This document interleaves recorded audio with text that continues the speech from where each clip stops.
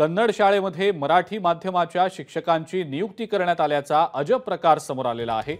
जत तालुक्यातल्या 10 कन्नड शाळांमध्ये 11 मराठी माध्यमाच्या शिक्षकांची पवित्र पोर्टलद्वारे नियुक्ती करण्यात आल्याचा आरोप केला जातोय। सांगली जिल्हा परिषदेचा हा सगळा भोंगळ कारभार असल्याचा आरोप काँग्रेस आमदार विक्रम सावंत यांनी केला आहे।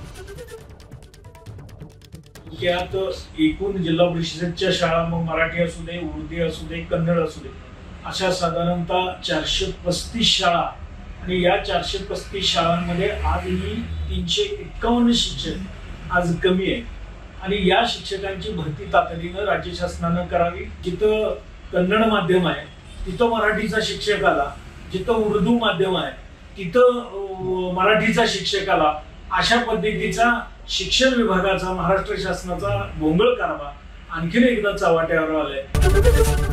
एबीपी माझा, उघडा डोळे बघा नीट।